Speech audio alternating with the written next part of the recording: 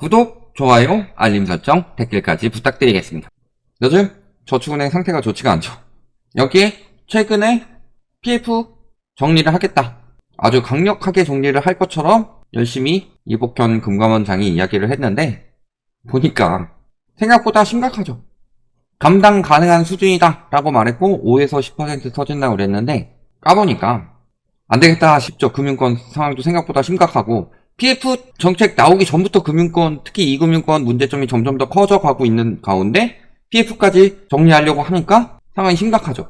그러니까 굉장히 많이 완화해주는 이유는 늘 말씀드리지만 이금융권이 굉장히 많이 위험해졌기 때문입니다. 그 중에서 대표격으로 저희가 자주 이야기하는 곳이 새마을금고 아니면 저축은행인데 오늘은 저축은행 위주로 한번 보도록 합시다. 저축은행 1분기 적자가 1,500억입니다. 또 적자 낸 거고 연체율이 8.8%까지 한 분기 만에 거의 2.25%포인트가 급증했죠. 늘 말씀드리지만 PF 관련돼서 이금융권에서 PF를 많이 빌려줬고 여기에 주담대 같은 경우도 잘 생각해보면 어때요? 1금융권에서 대출이 안 나오니까 2금융권 가죠. 1금융권이 이자가 싸니까 웬만하면 1금융에서 받는데 1금융에서 안 되니까 2금융 받는 거예요. 대출을 많이 받으려고 한다든지 혹은 1금융권에서 대출을 받을 신용도가 안 되기 때문에 2금융권 가서 대출을 받는 거죠. 그러니까 당연히 1금융권보다 위험한 대출이 받을 수밖에 없습니다. 2금융권까지 간 곳에선. 그러니까 자산 거품이 쌓일 때 어떤 형식으로 쌓였어요? 빚으로 쌓았다. 그러면은 자산 거품이 무너지는 시기에는 빚이 무너진다는 소리죠. 근데 우리나라 같은 경우는 자산 거품 중에 핵심이 부동산이죠. 우리나라 가계의 자산의 70% 이상을 평균적으로 부동산으로 보유하고 있기에 부동산 시장 거품이 제일 많이 쌓였고 부동산 시장이 무너지면 어떻게 돼요? 당연히 비폭탄은 터질 수밖에 없습니다. 그래서 저희가 2019년부터 계속 경고했던 부분이 어떤 부분이다? 부동산 거품과 비폭탄에 대해서 이야기했죠. 부동산이 터지면 비폭탄이 터진다. 혹은 비폭탄이 터지면서 부동산이 터진다. 일심동체인 셈이죠. 근데 비폭탄이 터질 때 위험한 곳은 금융권이 낮을수록 위험하죠. 저신용에게 빌려준 곳일수록 더 위험하다. 지금 딱 그런 상황인 거고 그러니까 저축은행이 PF 문제도 있고 가계 대출 문제도 있고 여기에 코로나 때부터 자영업이 점점 더 힘들어지고 있죠. 사실 코로나 때 저금리 안 나왔으면 집값이 이렇게 튈 일이 없었죠. 근데 코로나라는 특수한 상황이 생겨가지고 자산 거품을 만들면서 사람들이 빚은 늘리고 또 돈은 안 쓰죠. 그러면서 자영업들은 무너져가고 그러니까 자영업 대출이 당연히 문제가 될 수밖에 없고 이 문제점들 역시 이금융권을 덮치면서 이런 부분들을 저희가 계속 하나하나 경고했었던 거예요. 여기서 부동산 거품 더 쌓이면 더 위험하다. 진짜 나라 무너지는 천국으로 간다. 계속 이런 부분을 이야기를 하고 있고 결국에는 거기에 기업 대출까지 번져가면서 기업 대출도 심각하게 늘어나고 있다. 특히 기업 대출이 많이 늘어난 이유는 부동산 업권의 문제가 영향이 많죠. 부실채권 역시 그래서 10조를 돌파했습니다. 올해 적자 규모만 2조 넘어서고 그 전부터 쌓인 것까지 합치면 10조가 넘어선다. 그러면은 전체 여신 100조 중에서 부실채권 규모만 10조라는 소리는 엄청나다는 소리죠. 고정이하 여신 비율이 10.32%다. 10개 중 하나는 터질 위험이 매우 높다는 소리죠. 여기에 3년간 33개 폐점했다고 그랬죠. 저축은행. 폐점할 수 있는 곳들은 폐점을 해요. 아니면은 흡수합병 되죠. 새마을금고 같은 경우도 흡수합병 많이 됐죠. 9개, 10개 막 이렇게 흡수합병 됐는데 흡수합병에만 쓴 돈 600억이 넘어간다고 합니다. 왜냐면은 작업대출을 많이 했기 때문에 손실이 클 수밖에 없죠. 조합원들의 돈으로 일하는 인간들이 작업대출 많이 해가지고 손실이 커질 수밖에 없잖아요. 근데 흡수합병도 지금 힘들어진 상황입니다. 저축은행 점포가 7개 줄어들었는데 올해 1분기만 5개가 폐쇄가 되면서 축소세가 빨라지고 있다. 저축은행 사태 때 4년간 31 폐업했는데 벌써 33개 폐업하는 거 보면은 상황이 훨씬 더 심각하고 지금 아예 인수합병 형식으로 흡수되는 것은 되기는커녕 매물만 쌓여가고 있죠.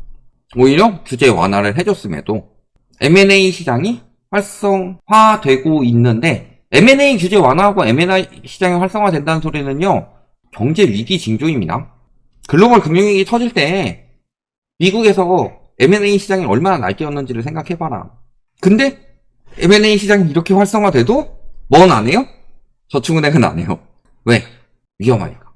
그러니까 저축은행에서는 지금 뭐 하고 있어요? 얼마 전까지 저축은행의 행보는 뭐였어요? 역마진이 나니까 대출도 줄이고 예금도 줄이자. 왜냐면 고금리 예금을 주면은 계속 예금 이자만 나가니까 적자가 심화되고, 그러니까 아예 예금을 줄여버린다. 근데 예금을 줄이고 대출을 늘리는 거는 함부로 못해요. 왜냐면 여러 가지 규제가 있기 때문이죠. 예금 줄이고 대출 마구 내줘봐라. 은행권 붕괴 뱅크런은 금방이지. 엄청나게 부실해질 텐데. 그러니까 예금을 줄이니까 대출도 줄일 수밖에 없죠. 이런 상황이었는데 예금을 줄이고 대출을 줄였는데도 불구하고 손실이 계속 커지죠. 그러면은 자금을 확보해야 됩니다. 저축은행이요, 원래 6월부터 뭐 하기로 했어요? 예대율 규제 정상화를 하기로 했습니다. 예대율 100% 맞춰야 되는데 저축은행은 110%로 봐주고 있어요, 정부에서. 근데 도저히 안 되겠다 싶어가지고 이걸 또 연말로 미뤘습니다. 자금을 더 확보해야 된다는 소리예요. 자금을 확보하는 방법은 예금, 주식, 채권. 근데 이금융권 채권 발행돼요? 대출 금리를 더 올릴 수가 있냐? 대출 금리는 이미 거의 정점인데. 그러니까 다시 고금리 특판이 부활하고 있습니다. 수신 잔액이 최근 3개월 만에 3조 원 넘게 빠지면서 100조 원을 간신히 웃돌아서 고객 이탈 방지에 나섰다. 아까 대출도 100조였죠? 지금 예금도 100조예요. 예대율을 맞춰야 되는데 주구장창 계속 밀어줄 수는 없죠.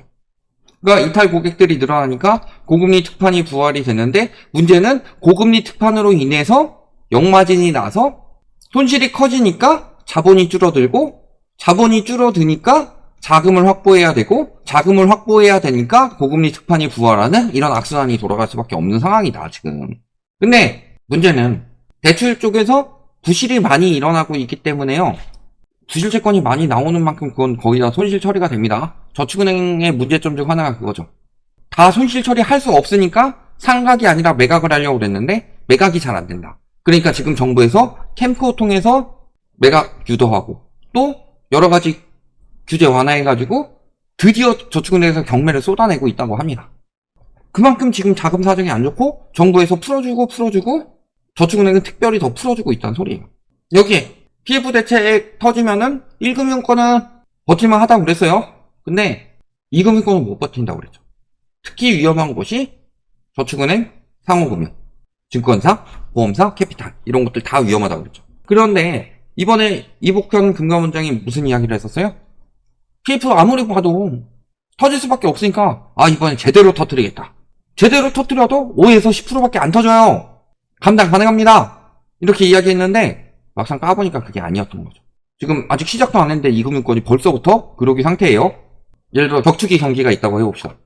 격투기 경기 상대편 딱 올라오고 우리 편 선수가 딱 올라가는데 힘내 하고 얼굴을 이렇게 딱 때려줬는데 그거 턱에 맞아가지고 다운 먹고서 겨우 세워가지고 올려보냈어요. 올라갈 때부터 이러고 있는 거죠. 지금 이미 이금융권이 PF 정리라는 링에 올라가기 전부터 이미 저축은행이나 이런 것들이 그러기 상태다.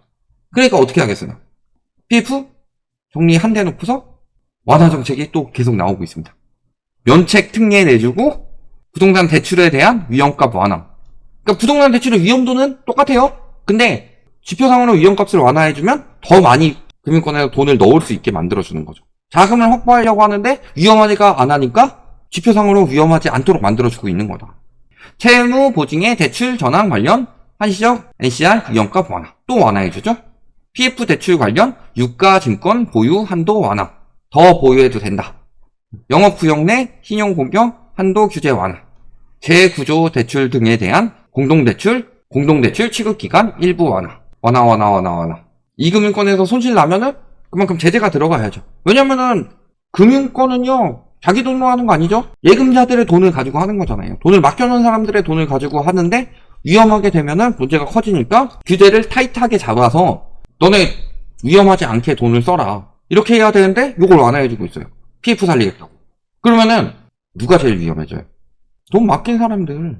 이렇게 되게 뻔했다니까요. 저희가 계속 물론 이금융권이 다 터진다는 이야기는 아닙니다. 이금융권이 다 터지는 건 아닌데 이금융권이 굉장히 위험해졌고 그래서 자금을 많이 넣어두지 마셔라.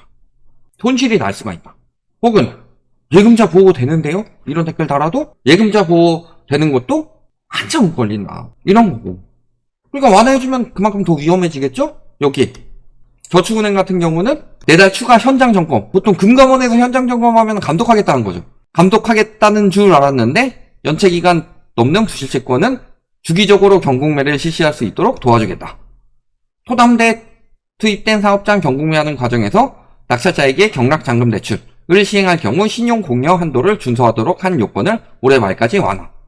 그러니까 잔금 대출 받는 사람들 이런 한도가 있는데 이 한도를 완화해줘서 위험한 대출을 내주겠다. 그 다음에 영업구역 내 신용공여 한도 규제도 한시적 완화. 그래서 비율을 5%포인트 이내로 위반하는 것을 연말까지 허용하도록 했다. 완화. 돈 더 빌려줘도 된다. 근데 저거 저축은행 건전성에 도움이 될까요? 절대 도움이 안 되죠. 금융권 안정을 위해서 한 정책 아닙니다. PF 5에서 10% 이야기했는데 더 크게 터질까봐, 그리고 금융권으로 번질까봐 수치상으로 완화해줘서 부실 수치가 나오지 않도록 하는 거죠. 예를 들어서 PF 연장해줘서 이것은 분명히 굉장히 위험한 부실채권이 되는 것인데 요주의 정도로만 해가지고 고정이하 여신 비율이 그렇게 안 늘어나게 했던 조치처럼. 또 PF 시장에는 어떻게 하고 있어요? 만기 연장 3회 이상이면은 부실 우려로 분류한다고 했는데 정상 여신 유지하면은 예외로 놔두겠다. 또 뭐 사업장 매각 정리 허그 분양 보증 사업장에서는 또 관리 대상에서 제외하겠다. 강력하게 한다고 했고 다 예외 둡니다. 제대로 하면은 5에서 10%로 안 끝나죠. 그러니까 결국에는 전에 이야기했던 그대로죠. PF 시장 정부에서 터트리려는 게 아니라 최대한 안 터트리려고 미루다가 도저히 안 되니까 책임 빼려고 터트리는 척하고 있지만 살리려고 할 것이다. 결국엔 다 살리려는 정책입니다. 그 살리려는 정책을 저렇게까지 썼다는 이유는 뭐다? 늘 말씀드리지만 문재인 정부 때 규제 정책 왜 썼어요? 집값 폭등하니까. 이명박 정부 때 완화 정책 왜 썼어요? 집값 폭락하니까. 터트려야 되는데 왜 그거 예외 두고 금융권이든 건설사든 왜 예외 두고 있어요? 위험하니까. 잘 보셔라. 답은 여기에 다 달려있다. 여기까지 말씀드리겠습니다.